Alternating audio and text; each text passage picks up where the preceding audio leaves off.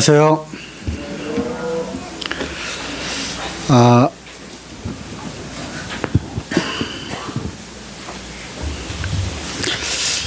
늘 말씀을 준비하게 될 때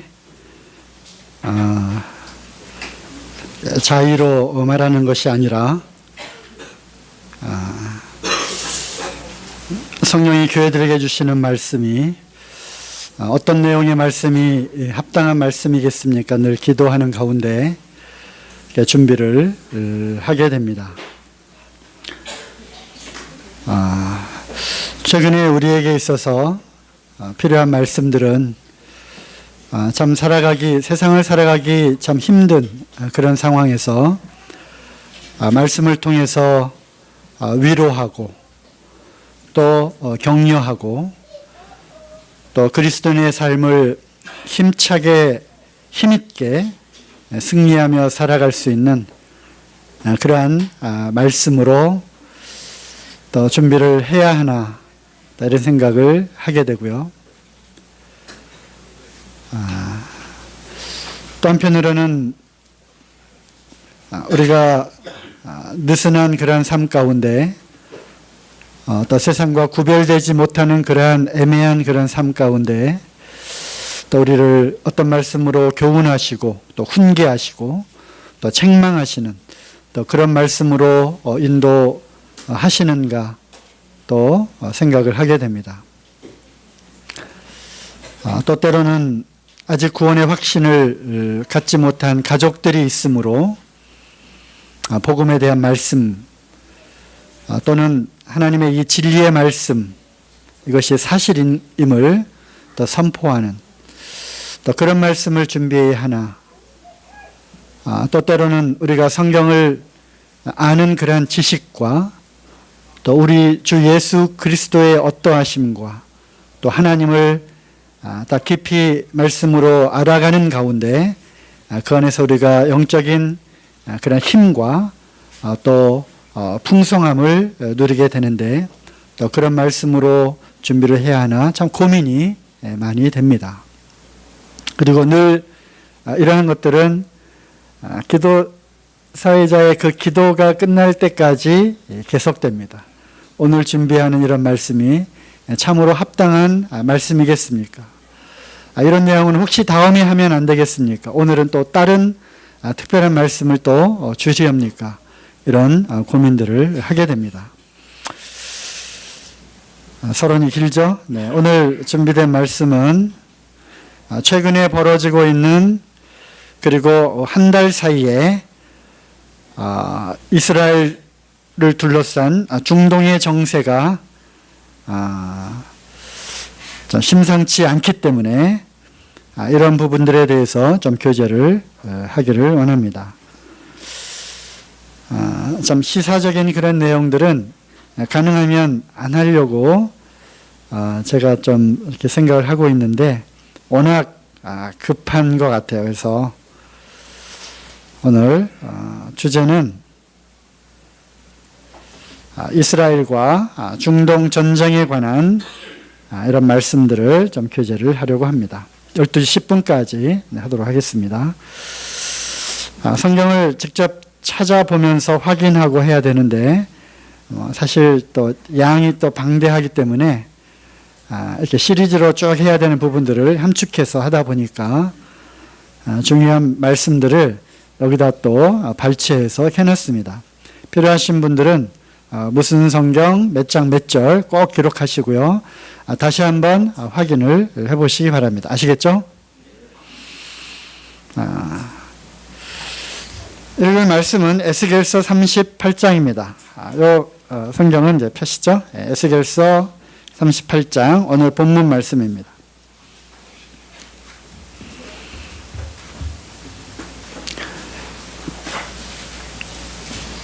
에스겔 선지자를 통해서 이스라엘 백성들과 또 그 주변의 나라에 대한 예언입니다. 이 예언이 아직 이루어지지 않았기 때문에 분명히 언젠가는 이 예언이 이루어질 거라고 하는 것이죠. 분명히 아셔야 될 것은 이 에스겔은 구약의 선지자입니다. 자, 1절부터 여호와의 말씀이 내게 임하여 이르시되 인자야 너는 마곡 땅에 있는 로스와 메섹과 두발왕 곧 곡에게로 얼굴을 향하고 그에게 예언하여 이르기를 주 여호와께서 이같이 말씀하시기를 로스와 메섹과 두발왕 고가 내가 너를 대적하여 너를 돌이켜 갈고리로 내 아가리를 꿰고 너와 말과 기마병 곧 내 온 군대를 끌어내되 완전한 갑옷을 입고 큰 방패와 작은 방패를 가지며 칼을 잡은 큰 무리와 그들과 함께한 방패와 투구를 갖춘 바사, 구수, 붓, 고멜 그 모든 떼와 북쪽 끝에 도갈마 족속과 그 모든 떼 곧 많은 백성의 무리를 너와 함께 끌어내리라. 너는 곡이죠. 너는 스스로 예비하되 너와 내게 모인 무리들이 다 스스로 예비하고 너는 그들의 우두머리가 될지어다. 여러 날 후 곧 말년에 내가 명령을 받고 그 땅 곧 오래 황폐하였던 이스라엘 산에 이르리니 그 땅 백성은 칼을 벗어나서 여러 나라에서 모여 들어오며 이방에서 나와 다 평안히 거주하는 중이라. 내가 올라오되 너와 내 모든 때와 너와 함께한 많은 백성이 광풍같이 이르고 구름같이 땅을 덮으리라. 여기까지 하나님께서 예언하여 이르시기를 마곡 땅에 거주하고 있는 로스라고 하는 민족 또는 나라일 수 있고요. 또 메섹이라고 하는 나라, 민족, 또 두발이라고 하는 나라, 민족, 그들을 대표하는 그들의 우두머리 곡에게 명령을 합니다. 고가, 너는 그들을 무장을 하고 또 모든 기병대와 를 이끌고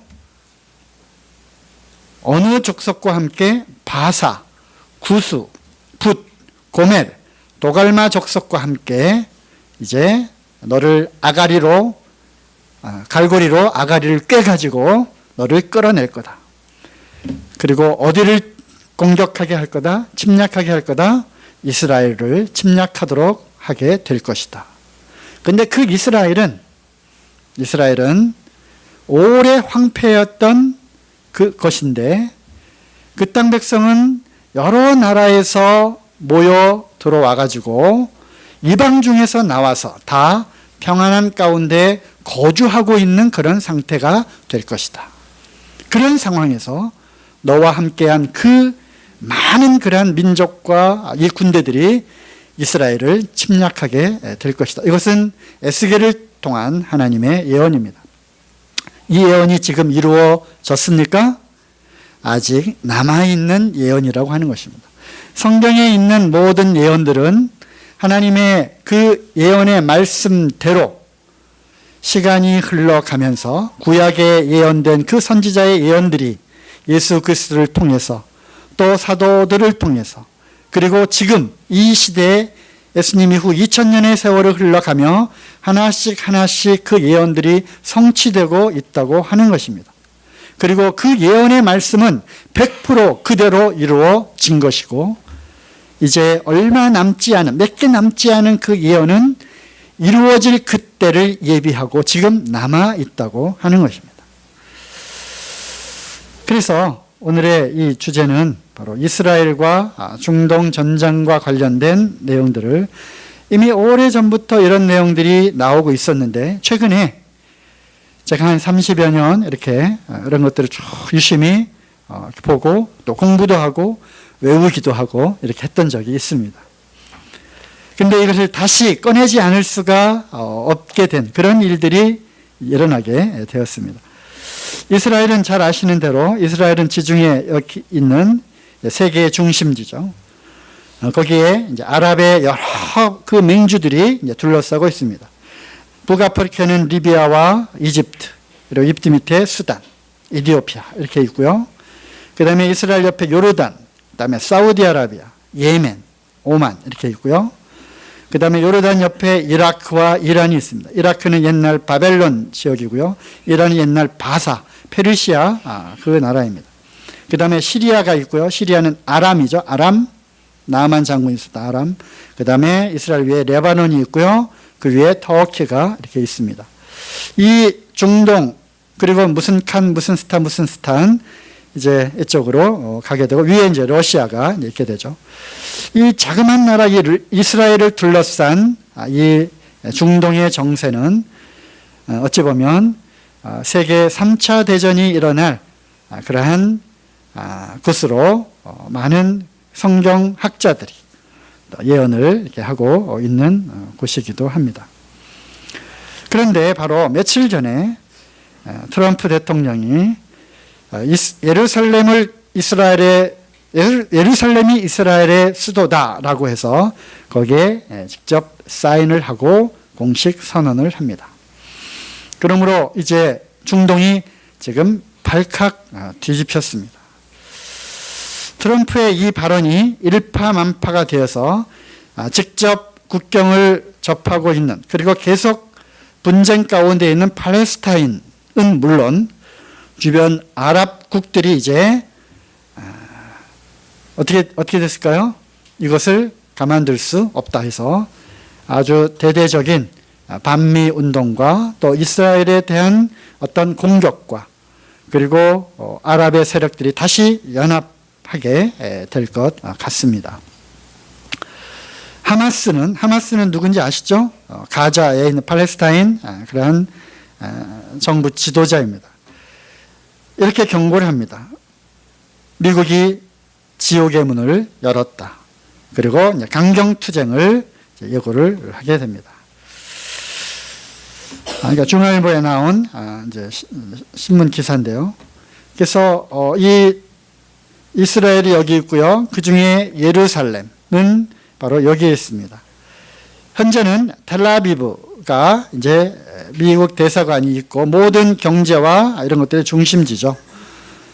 하지만 이스라엘은 스스로 예루살렘이 이제 수도로 생각을 하고 있었고, 지금은 세계는 예루살렘은 그 어느 나라의 수도도 아니다라고 지금 해놓은 상태입니다. 왜냐하면 예루살렘은 중동의 화약고이기 때문에.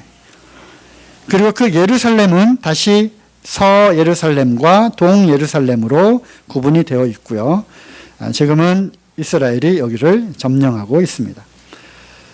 그리고 예루살렘은 이스라엘뿐만, 즉 유대인들뿐만 아니라 기독교인, 그리고 이슬람, 그리고 아르메니아, 이 구역으로 나뉘어져 있고, 여기에 수많은 그러한 성지 순례자들이, 예루살렘은 신성한 성지이기 때문에, 유대인의 성지요, 또 예수님이 여기에서 돌아가셨잖아요, 그죠? 그리스도의 기독교인들의 성지요, 또 여기에서 마호멧이 여기서 승천했다라고 하는 황금의 돔이 여기에 있기 때문에 또 이슬람의 성지이기도 합니다. 그래서 가장 현명하게 생각할 수 있는, 그리고 평화적으로 해결할 수 있는 방법은 예루살렘은 어느 나라에 속하지도 않고 또 어느 나라의 수도도 아니다라고 해놓는 것이 가장 평화를 유지하는 그런 길이죠. 물론 그럼에도 불구하고 이스라엘과 팔레스타인은 서로 자기들 영역이라고 이제 주장을 하고 있습니다. 그래서 오늘은 이스라엘에 관한, 또 예루살렘에 관한 이야기들을 쭉 이제 하도록 하겠습니다. 이스라엘이 독립을 하기 전 팔레스타인들이 여기 이제 살고 있었죠. 이따가 다시 이제 설명을 드리겠습니다. 그러면서 이제 아랍인들이 점령하고 있다가 이제 영국령이 되었고요. 조금씩 그러면서 이방으로 흩어졌던 유대인들이 하나씩 들어오게 됩니다. 그리고 이스라엘이 독립을 하고 유엔이 이제 분화를 이렇게 명령을 하게 되죠. 그러면서 곧바로 전쟁이 일어나게 됩니다. 이스라엘이 건국을 이렇게 하게 될 때 영토이고 계속 전쟁을 하게 되는데 특별히 6.1 전쟁, 3차 중동 전쟁은 6일 만에 끝냈는데 하나님의 특별한 이스라엘의 보호하심 속에 엄청난 그 옛날 그 땅을 하나님이 아브라함에게 약속하신 그 옛날 고토, 옛날 땅을 회복하게 됩니다. 그리고 협정을 맺어서 다시 반납을 하게 되고 그러면서 현재는 이렇게 국경을 이렇게 하고 있습니다. 또 다른 그림이 있나요? 네. 이집트와 접경하고 있었던 이 시나이 반도를 통째로 또 이스라엘이 전쟁에 승리해서 먹었어요. 그리고 이집트에 이것을 반납을 하게 됩니다. 그리고 골란고원, 여기는 시리아와 접경을 하고 있는 곳이고 전쟁을 통해서 여기를 또 뺏었습니다. 여기는 지금 이스라엘이 점령을 하고 있는 중이에요. 그 다음에 문제가 되고 있었던 여기 요단강 서쪽, 여기를 지금 팔레스타인 정부가 지금 들어가 있죠. PLO가 여기 이제 점령을 하고 있고요. 점령이 아니라 여기 살고 있고요. 그 다음에 여기 가자 지구, 여기도 팔레스타인이 이제 살고 있습니다. 이건 1947년 이스라엘의 유엔에서 정해준 이스라엘의 국경이고요. 지금 국경은 골란고원을 포함해서 요단강 서안 지구, 그 다음에 이렇게 해서 이쪽 시나이 반도는 이제 반납을 했고요. 이렇게 해서 가자 지구, 여기 이제 팔레스타인이 살고 있는 지역은 여기 하마스가 살고 있는 여기 이제 가자 지구. 옛날 그 아라파트 아시죠? PLO. 지금은 이제 뭐 죽었지만 여기가 이제 또 팔레스타인이 살고 있는 요단강 서안 지구입니다. 웨스트 뱅크입니다. 여기는 예루살렘은 여기에 있죠. 그러니까 예루살렘도 이와 같이 유대인 지역과 또 팔레스타인 지역으로 이렇게 나뉘어져 있는데 지금은 여기에 큰 장벽을 지어가지고 무려 800km가 넘는 그런 장벽을 쭉 이렇게 요단 서안 웨스트 뱅크에 쭉 이렇게 거대한 담을 이렇게 쌓았어요. 저희가 여기를 이제 가봤는데 버스 타고 쭉 다녀보니까 베를린 장벽처럼 여기에 유대인 지역과 팔레스타인 지역을 완전히 담을 쌓았고 어떻게 보면 그들을 이렇게 한쪽에 감금하는, 그래서 큰 대형 감옥과도 같은 그러한 담을 이렇게 또 쌓아 놓았습니다. 여기 가자 지구에는 지금 하마스와 교전 상태에 있고요. 계속 예루살렘을 향해서 미사일을 계속 발사를 하고 있습니다. 또 위쪽 레바논은 헤즈볼라라고 하는 무장 세력과 대치 중에 있죠. 그래서 또 이 기독교 국가였던 이 레바논이 불과 몇십 년 만에 이슬람 국가로 이제 바뀌게 되면서 엄청난 내전을 지금 겪고 있습니다. 이스라엘이 지원을 하고 있고 또 사우디가 지원을 하고 있고 또 이란이 또 여기를 또 지원해서 대리 전쟁을 지금 여기서 하고 있습니다. 또 시리아와도 IS 아시죠? IS가 이제 시리아를 중심으로 해서 지금 전쟁을 하고 있고 얼마 전 며칠 전에 이제 IS는 모두 다 소탕되었다라고 이제 발표를 하게 됩니다. 그리고 이제 PLO 여기 팔레스타인 무장 세력과 계속 예루살렘과 요단 서안 이 지역 접경 지역에서 계속 분쟁을 하고 있습니다. 성경에 이스라엘은 무화과 나무로 비유를 하고 있습니다. 마태복음 21장 19절에 보면 예수님께서 이렇게 말씀하셨어요. 길가에서 한 무화과 나무를 보시고 그리로 가사 잎사귀밖에 아무것도 찾지 못하시고 나무에게 이르시되 이제부터 영원토록 내가 열매를 맺지 못하리라 하시니 무화과 나무가 곧 마른지라. 예수님이 괜히 할 일이 없으셔서 무화과 나무에게 너는 이제부터 열매를 맺지 못할 거다 하고서 무화과 나무를 저주하고 마르게 하셨겠습니까? 아니죠. 무화과 나무는 잎만 무성하고 열매를 맺지 못한 율법주의 그리고 외식주의에 있었던 유대인들을 이렇게 향한 것이고, 그 다음에 실제 자기 땅에 오셨지만 그들이 그 메시아이신 예수 그리스도를 받아들이지 않았던 그런 상황을 통해서 무화과 나무로 비유된 그 이스라엘을 이제 주님께서 저주를 하시는 그런 장면들을 이제 보게 됩니다. 예레미야 24장 8절에서 10절 가운데서도 여호와께서 이와 같이 말씀하신, 이건 구약의 예언이죠. 내가 유다의 왕 시드기야와 그 고관들과 예루살렘의 남은 자로서 이 땅에 남아있는 자와 애굽 땅에 사는 자들을 나빠서 먹을 수 없는 이 나쁜 무화과 같이 버리되 세상 모든 나라 가운데 흩어서 그들에게 환난을 당하게 할 것이며, 물론 이거는 바벨론으로 포로로 잡혀갈 때 그때의 상황만을 이렇게 표현한 것은 아니죠.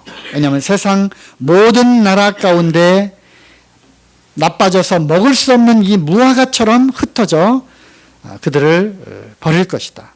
그리고 그들에게 환난을 당하게 할 것이며, 또 그들에게 내가 쫓아보낼 모든 곳에서 부끄러움을 당하게 하며 말거리가 되게 하며 조롱과 저주를 받게 할 것이며, 내가 칼과 기근과 전염병을 그들 가운데 보내 그들이 내가 그들에게 그들의 조상들에게 준 땅에서 멸절하기까지 이르게 하리라 하시니라.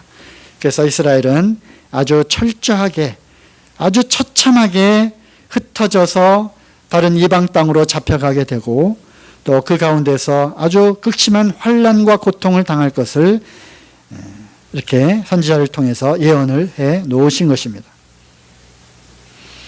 누가복음 13장 6절에도 이에 비유로 말씀하시되 한 사람이 포도원에 무화과 나무를 심은 것이 있더니 와서 그 열매를 구하였으나 얻지 못한지라. 포도원 지기에게 이르되 내가 3년을 와서, 예수님이 공생의 사역을 몇 년 하셨죠? 3년 반을 이렇게 하게 됩니다. 그래서 3년을 와서 이 무화과 나무에게 열매를 구했지만 얻지 못하였다. 그러니 어떻게 합니까? 찍어 버려라. 어찌 땅만 버리겠느냐. 이 구약의 예언들과 또 예수님께서 이 땅에 직접 오셔서 전도하셨지만 복음을 받아들이지 않았던 그 이스라엘 백성들이 이제 처참한 환난 가운데 이르게 됩니다. 예수님을 그들이 부인했어요. 대제사장과 제사장들, 서기관들, 바리새인들이 그들 십자가에 못 박으셔서 참으로 사람으로서 어찌 감히 자칭 하나님의 아들이라 하느냐. 저는 나사렛 그 목수의 아들이 아니냐 하고 십자가에 못 박도록 이렇게 합니다.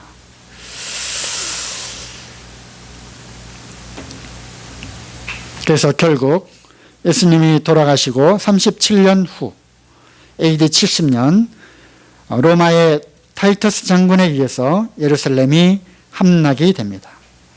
그리고 그때 이후로 이스라엘이라고 하는 나라는 모든 역사 가운데 사라지게 되는 것, 나라를 잃어버린 그런 민족이 되게 됩니다.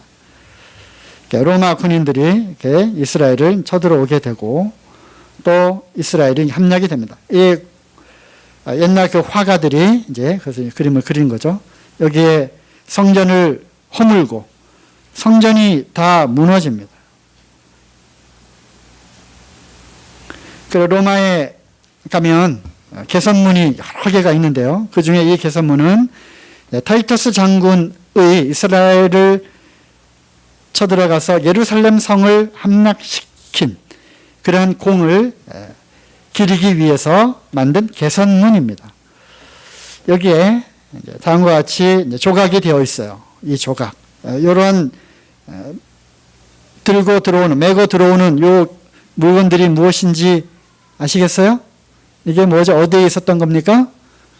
네, 성전에 있었던 성전에 있었던 모든 기물들을 다 뺏어오고 성전을 다 불태우고 완전히 성전이 다 무너졌습니다. 성전이 무너졌어요. 예수님이 제자들에게 이제 예루살렘아 예루살렘아 내가 너희를 암탉이 그 날개품으로 병아리를 품으려는 것처럼 너희를 얼마나 부르느냐. 그렇지만 너희가 나를 거절하였도다 하면서 예루살렘을 보면서 눈물을 흘리셨어요. 왜? 예루살렘의 멸망을 우리 주님이 보셨거든요. 그러면서 종말에 되어질 일들과 예루살렘의 그 함락을 이제 말씀하십니다. 너희가 예루살렘이 군대들에게 에워싸이는 것을 보거든 그 멸망이 가까운 줄을 알라. 그날에는 아이 벤 자들과 젖먹이는 자들에게 화가 있으리니 이는 땅에 큰 환난과 이 백성에게 진노가 임하겠음이로다. 저희가 칼날에 죽임을 당하며 모든 이방에 사로잡혀 가겠고 예루살렘은 이방인의 때가 차기까지 이방인들에게 밟히리라. 주님이 말씀하신 그대로 이제 이스라엘은 예루살렘은 완전히 함락이 됩니다.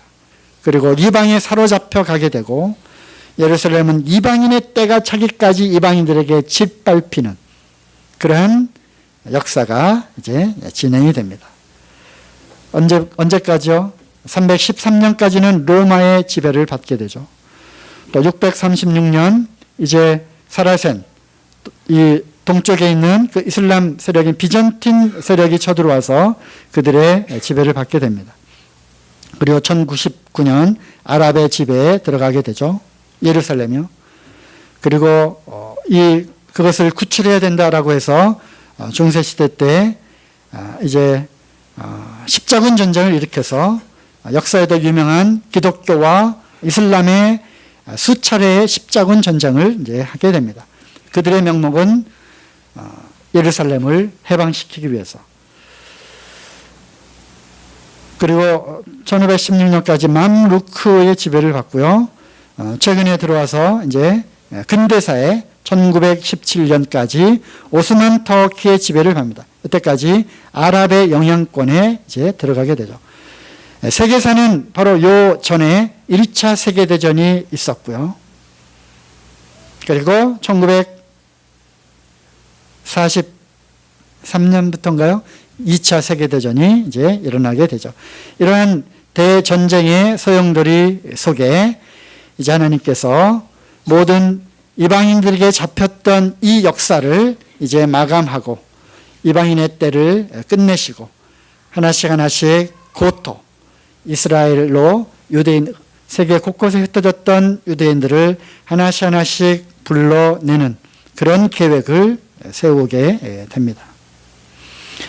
유대인들이 많이 흩어져 살았죠. 그 중에 가장 많은 유대인들이 살고 있었던 지역이 바로 러시아, 폴란드 이쪽 북쪽으로 많이 갔고요.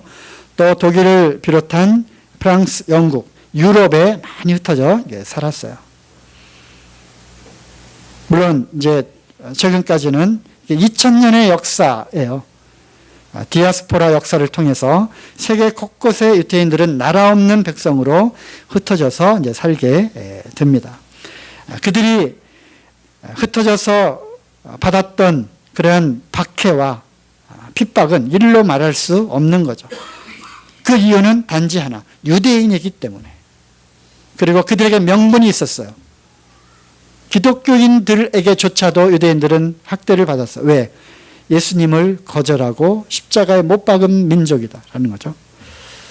그리고 수많은 포스터와 이런 것들을 통해서 이 유대인들은 돈만 아는 배부른 그런 유대인들, 그들은 나라 없는 그런 백성으로서 학대를 받았기 때문에 그들의 생명을 보존할 수 있는 유일한 길은 뭐다? 돈이었던 거예요. 돈이 유일한 구원자였고 또 돈이 곧 세력임을, 권력임을 알았기 때문에 아주 철저하게 돈을 이렇게 모았어요.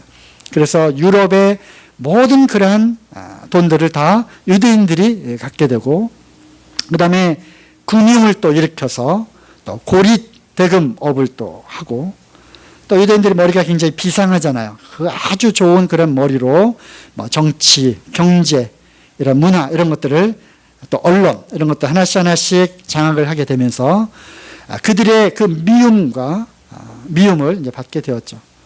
물론 2차 세계대전 때는 잘 아시는 대로 유대인과 개 출입 금지 이거 영화 보셨죠?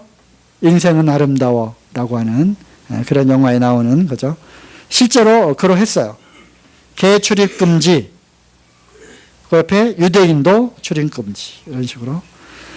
또 홀로코스트 때 600만 명의 그 유대인들이 이거는 뭐 인류 역사상 있을 수 없는 그러한 아주 처참한 그러한 살육을 당한 것이죠. 하지만 아이러니하게도 이러한 사건들을 통해서 유대인들은 나라 없는 민족으로 받는 그 서름을 안 되겠다. 이제 우리가 이스라엘로 돌아가자.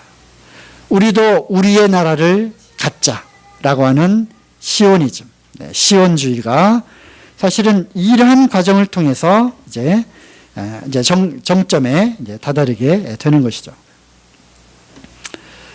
이 사람이 데오드를 해지르는데요. 이스라엘 나라를 세우자라고 외쳤던 기자예요.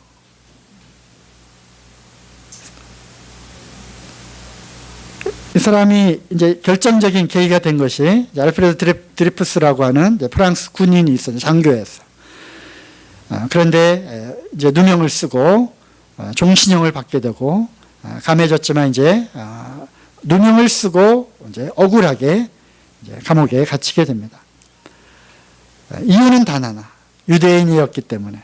그래서 그 당시 그 유럽에서 유대인들이 당하고 있었던 그런 많은 그런 핍박과 그 환란들을 참다 못해서 이 사건을 계기로 해서 데오드 해질이 안 되겠다. 우리가 시온으로 돌아가자. 그래서 유대 국가라고 하는 이러한 책을 각국언어로 이제 번역을 해서 퍼뜨리게 되고, 그러므로 흩어졌던 유대인들이 다시 나라를 되찾고자 하는 그러한 운동을 하게 됩니다. 그러던 와중에 1차 세계대전이 일어나고, 1차 세계대전 영국과 독일이 먼저 붙은 거잖아요. 그죠?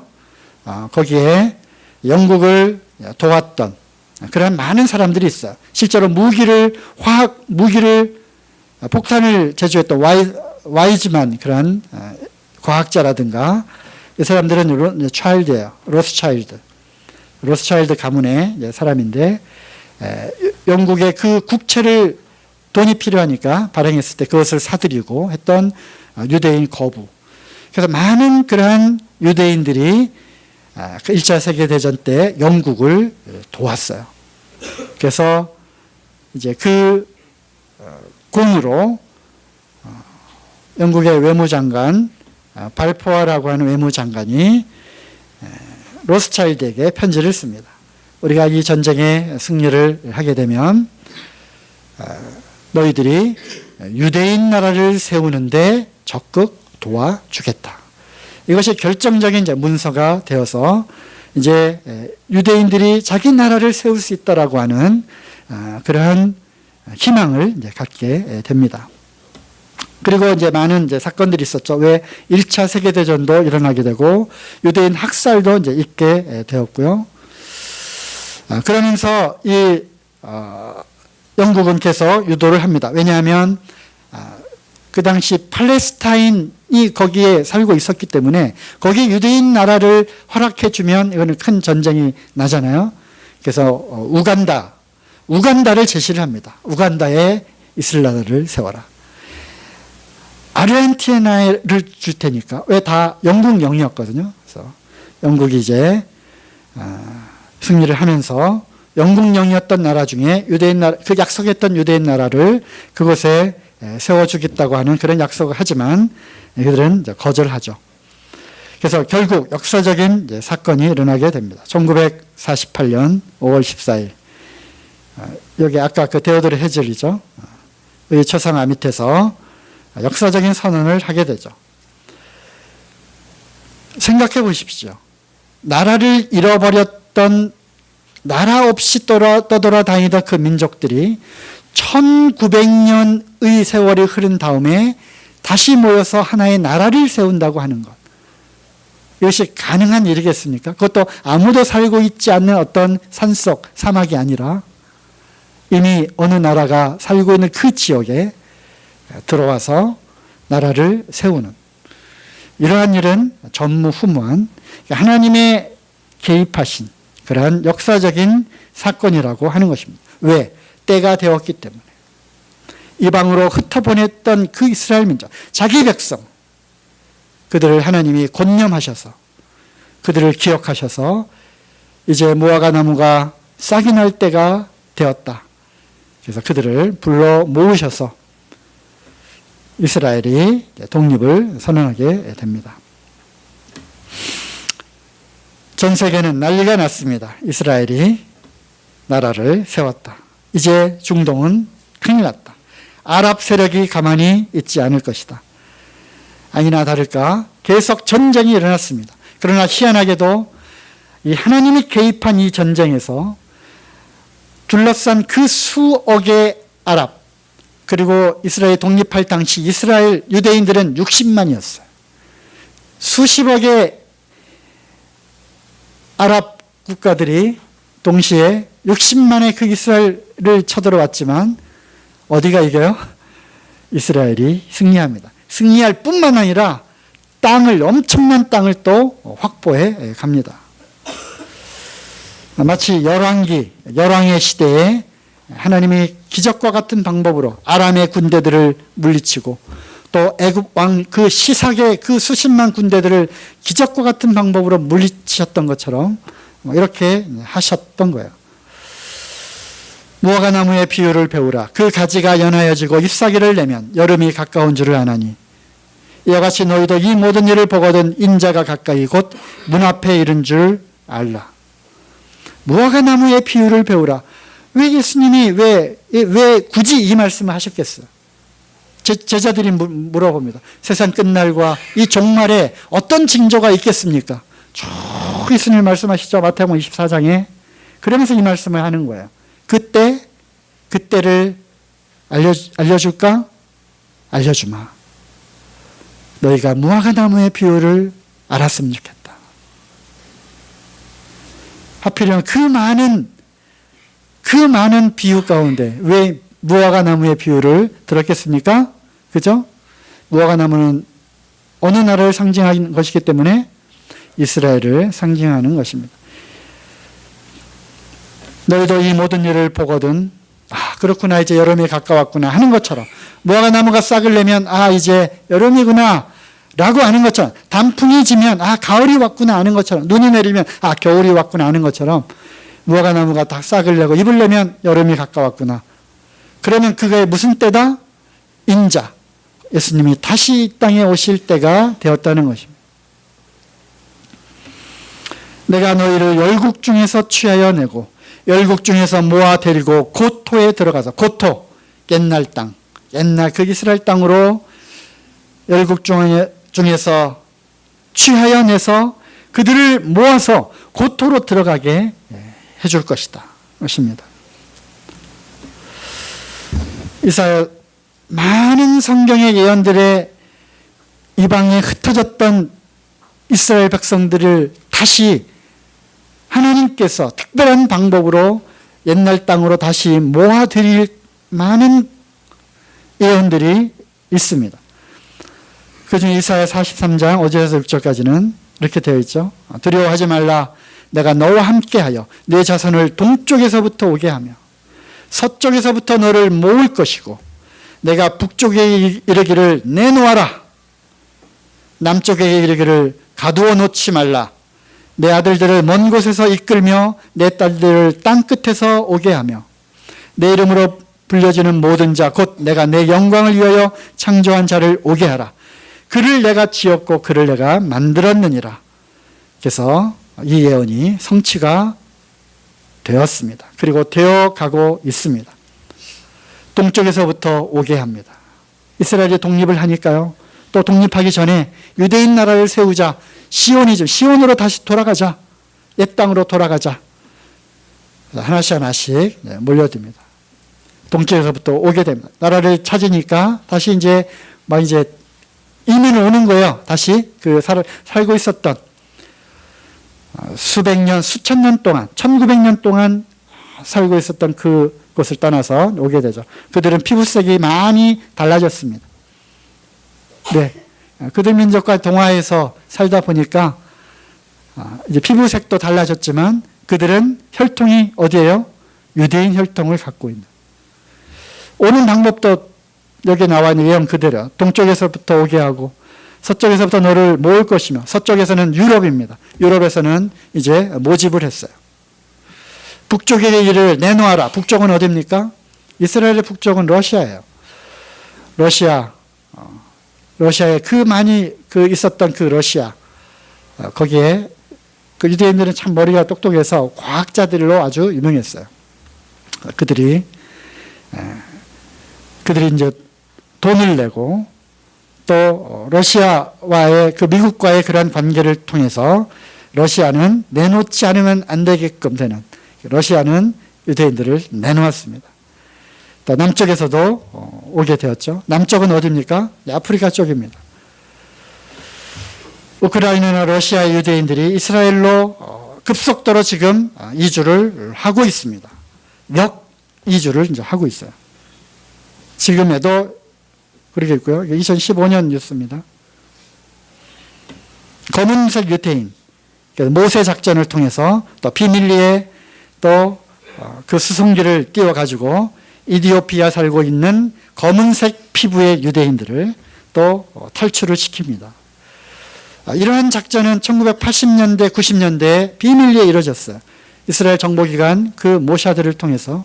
그래서 모세 작전, 솔로몬 작전, 여호수아 작전, 이 큰 세 번의 작전을 통해서 이디오피아와 이 북아프리카에 살고 있는 그러한 유대인들을 이제 데려옵니다.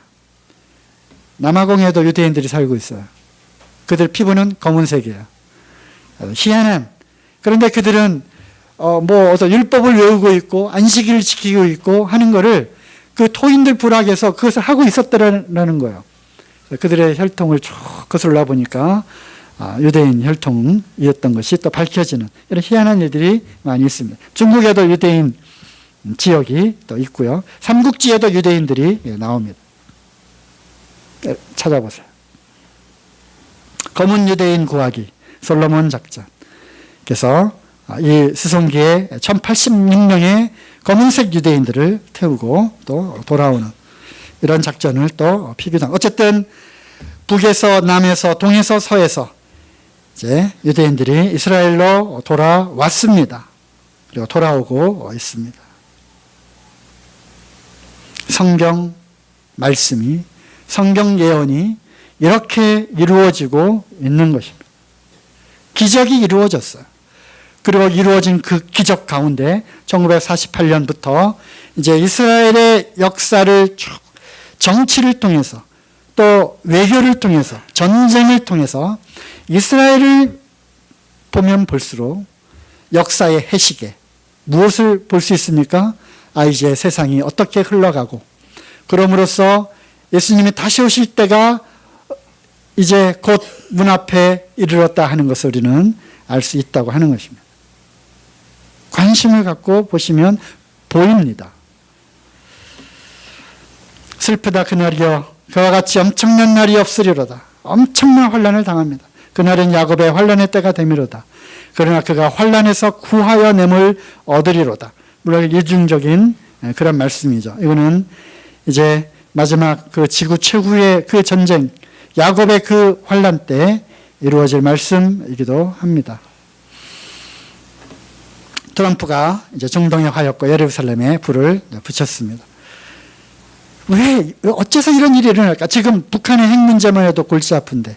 그리고 중동은 어느덧 이렇게 잠잠해지잖아요. 어떤 테러와의 전쟁을 하고 있고. 하지만 IS가 지금 이제 IS가 서탕이 되었어요. 근데 다시 불을 붙입니다. 불을 붙여요. 왜 그럴까? 이유가 있습니다. 물론 내부 정치적으로 러시아 스캔들을 또 벗어나고자 하는 그런 것도 있지만, 예루살렘은 시온 산성이고요. 다윗이 정복해서 세운 성입니다. 예루살렘은 누구 거라고요? 이스라엘이 이제 나라를 세우고, 그 옛날 사울을 초대왕으로 세우고, 그 다음에 다윗이 왕국을 통일했을 때 다윗이 예루살렘을, 다윗성, 그리고 시온성이라고도 불리우는 여부스 사람으로부터 빼앗은 그러한 성입니다. 여기에 솔로몬 때 성전을 짓게 되죠. 다윗이 원했지만 하나님께서 너는 피를 많이 흘렸기 때문에 안 된다. 하지만 내 아들 솔로몬을 통해서 성전을 짓게 할 것이다. 다윗이 준비했고 솔로몬이 만들었습니다. 그래서 이것을 우리는 제1성전이라고 그러죠. 이거는 아주 화려한, 그래서 이 금으로, 온갖 금으로 치장한 화려하기가 이를 데 없는 그러한 성전이었어요. 엄청난 규모를 자랑하죠. 물두멍도 아니고 물바다입니다. 바다. 그리고 제단도 수미터를 가는 그러한 엄청난 제단을, 그리고 안에는 온통 금으로 발랐어요. 하지만 솔로몬 이후에 왕국이 두 개로 분열되면서 북이스라엘은 아수르의 침략을 받아서 멸망을 당했고, 다음에 남유다는 바벨론에 의해서 이제 망하게 됩니다. 하지만 70년이 지난 후 포로로 회복을 시키게 되죠. 그때도 예루살렘이 많이 무너졌어요. 성전도 많이 파괴됐어요. 그래서 그들이 포로에서 돌아오면서 성전을 다시 재건합니다. 이름하여 스룹바벨 성전. 그리고 느헤미야가 무너진 성벽을 또 재건합니다. 그리고 이제 그 재건된 성전을 통해서 이스라엘 역사는 계속됩니다. 하나님은 침묵하셨어요. 말라기 선지자를 마지막으로 400년 침묵기가 있었어요. 그리고 이제 예수님이 오셨습니다. 예수님 당시의 성전은 헤롯 성전입니다. 이거는 예수님 오시기 수십 년 전에 헤롯이라고 하는 왕이, 헤롯은 아주 유명한 대왕이었어요. 헤롯이 성전을 이스라엘의 환심을 얻기 위해서, 왜냐하면 헤롯은 에돔 족속이었어요. 에돔. 그래서 이스라엘의 환심을 얻기 위해서 성전을 다시 멋지게 지는데, 이게 바로 소위 헤롯 성전입니다. 예수님 당시에 헤롯 성전이 있었어요. 그런데 이 헤롯 성전을 보고, 이 성전을 보고 예수님이 얘기를 하신 거죠. 돌 하나도 돌 위에 남김없이 다 무너뜨려질 것이다. 그 성전은 파괴될 것이다. 왜? 실제 성전이신 누가 오셨기 때문에? 예수님이 오셨기 때문에. 그래서 솔로몬 때부터 이어져 온 헤롯이 또 일으킨 제2성전이 어떻게 됐을까요? 아까 그 그림 보셨죠? 로마의 그 타이터스 장군에 이어서 철저하게 무너졌어요. 성전이 어디 있습니까? 무너졌다니까요. 돌 하나도 돌 위에 남기지 않고 다 폐허가 돼서 무너졌어요. 다만 뭐가 남았습니까? 서쪽 벽. 성전이 아니고 성전에 또 벽이 있었겠죠. 그죠? 벽. 그 한쪽 벽만 남아 있어요. 이것을 서쪽 벽이라고 합니다. 일명 이것을 통곡의 벽이라고 하죠. 이게 바로 통곡의 벽입니다. 이 안에 성전이 이렇게 있었죠. 그죠? 그래서 이 안에는, 여기에는 수많은 유대인들이 와서 기도하고, 또 기독교인들도 와서 또 이렇게 기도도 하고 합니다. 그런데 이 통곡의 벽 너머에는 누가 점령하고 있어요? 팔레스타인이 점령하고 있습니다. 그리고 여기에 이제 이슬람 사원을 지었어요. 이름하여 황금돔입니다. 황금돔. 황금돔 내부에는 여기에 바위가 있어요. 바위 그대로 남아있는데, 이 바위가 이들이 아브라함이 이스마엘을 바친 곳이다. 이스마엘을 제단으로 바친 것이다. 그리고 여기에서 마호멧이 승천했다. 그렇기 때문에 이 예루살렘, 특히 요 황금돔, 여기는 이슬람의 성지입니다. 성지. 메카와 함께 이슬람의 3대 성지예요. 그래서 여기를 유대인들은 아브라함이 이삭을 바친 곳, 솔로몬이 성전을 세운 곳, 초토화되었지만 여기에 다시 성전을 세울 곳, 제3성전을 세울 것이다. 그리고 이슬람은 어떻게 하죠? 그러는 순간 뭐예요? 그러지 않아도 지금 전쟁을 하고 있는데 제3차 세계대전이 일어날 줄 알라. 그리고 이거는 화약고입니다. 그래서 예루살렘은 늘 화약고예요. 화약고. 그런데 여기에 트럼프가 이제 불을 지릅니다. 통곡의 벽에 가서 이 키파, 뭐죠? 유대인들이 쓰는 이 빵통 모자를 쓰고 여기서 기도를 하는 거예요. 그래서 트럼프는 친이스라엘 정책을 쓰게 됩니다. 하나님이 이 트럼프를 세우셨어요. 미국의 왕으로. 그리고 이제 친이스라엘 정책을 이제 쓰게 되죠. 아까 읽은 말씀이죠. 이 예언들이 이루어지게 됩니다. 러시아, 소련이 가만히 있을까요? 그렇지 않습니다. 지금 이스라엘은 사우디와 이건 수니파의 맹주입니다. 사우디와 사우디를 추종하는 또 세력들이 있어요. 그리고 또 하나의 맹주는 이란입니다. 이거는 시아파입니다. 여기는 강건한 이슬람 과격 세력. 여기는 이제 친미로 돌아서는 사우디. 그래서 온건주의입니다. 이거 뭐 시간 관계상 다 얘기 드릴 수는 없고, 이 복잡한 이 중동의 정세들을 어떻게 다 말씀을 드리겠습니다. 그런데 며칠 전에, 한 달 전인가요? 사우디의 왕세자, 빈셀만인가요? 피해 숙청을 합니다. 왕자 11명을 숙청을 하죠.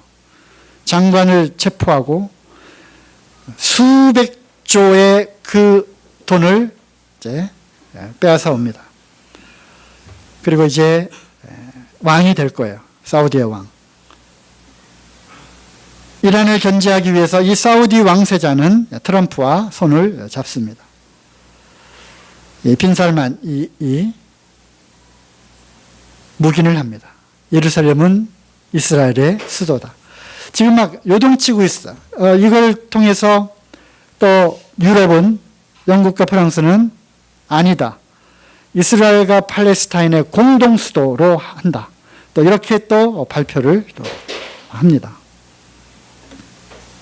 그런데 아까 에스겔 38장을 읽었을 때 나온 그 나라들이 바로 여기에 있다는 것이죠. 러시아, 터키, 이란. 강경 이슬람 세력들을 통해서 이스라엘과 또는 사우디와 미국을 포함한 이들이 이제 대리 전쟁을 통해서 전쟁을 하다가 결국에는 중동 전쟁으로 이어지게 되고, 그것은 어찌 보면 지구 최후의 전쟁으로 이어질 것이 이제 분명합니다. 러시아는 대리 전쟁을 했던 IS, 시리아를 지원했죠. 거기에 IS를 완전히 격퇴를 합니다. 그리고 러시아와 이란과 터키가 정상회담을 하고 이들이 연합을 합니다. 두발과 메섹과 마곡의 그 왕 고멜과 도갈마 적석들을 끌고 이스라엘, 평안히 거하고 있는 이스라엘 땅을 쳐들어오게 되는 바로 이런 나라들, 고멜, 마곡, 또 리비아는 붓, 또 여기 바사는 이란이죠. 여기 고멜과 도갈마, 고멜의 아들 도갈마, 여기는 터키, 어떤 사람들은 이쪽에 아르메니아 이쪽이라고 하는데 여기 터키, 이런 나라들이 지금 연합해서 이스라엘을 어쨌든 연합이 되어 있어요. 러시아는 싫어도 아마 갈고리에 꿰인 채 이 전쟁에 참여할지도 모르겠어요. 또 계시록 16장에 보면 유브라데 강물이 마르고 동방에서 오는 왕들이 길이 예비된, 이것도 계시록의 지구 최후의 전쟁 때 이루어질 사건들이에요. 유브라데 강이 지금 말라가고 있습니다. 말라가고 있어요. 터키에서 지금 댐을 만들고요. 계속 지금 유브라데 강이 말라가고 있어요. 그래서 유브라데 강물이 말라요. 동방에서 오는 왕들, 이 동방의 왕들이 누구냐? 동방의 왕들이 누구겠어요? 유브라데 강이 마르고 동방의 왕들이 오는 길이 예비가 됩니다. 이 길, 이게 뭐예요? 1대1로 들어보셨어요? 네. 그래서 새로운 육상의 실크로드를 다시 개척하고 만들고 또 해상 실크로드를 만들어서 이제 두 번 세계 미국과 중국의 세력이 커지면서 중동을 거쳐서 유럽과 무역을 하는 이 길을 이제 닫고 있습니다. 동방의 왕들이 오는 그 길이 예비되어 있다는 것입니다. 중국의 시진핑이 세력을 얻었죠. 또 일본의 아베가 또 한 뿔의 그 왕의 역할을 할지도 모르겠어요. 트럼프는 이미 이제 왕이 되었고요.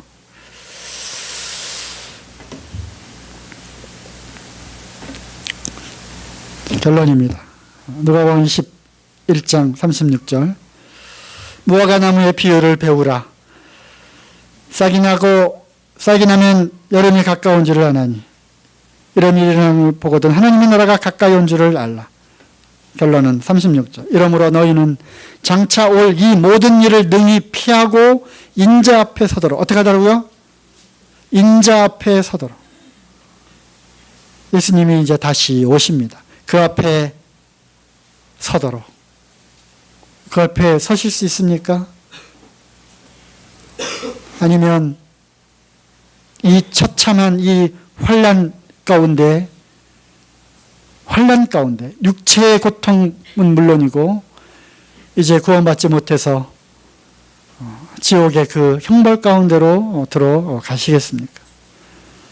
또 구원받은 그리스도인들도 내가 정말 이제 때가 하나씩 돌아가는 이 세계의 사건들을 볼 때 그냥 그럭저럭 하루하루 살아가는 것이 아니라 더욱더 깨어서 기도하는, 이러한 소식들을 듣게 되니까 주님이 이제 다시 오실 때가 되었구나.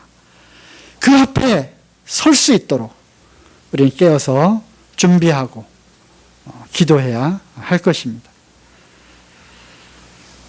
생략된 것이 많이 있지만 다음에 또 기회가 되면 제3성전에 관한 말씀을 또 드리지 않을 수가 없을 것 같아요. 다음에 또 기회가 되면 잊어버리실 만하면 또 해드리도록 하겠습니다. 감사합니다.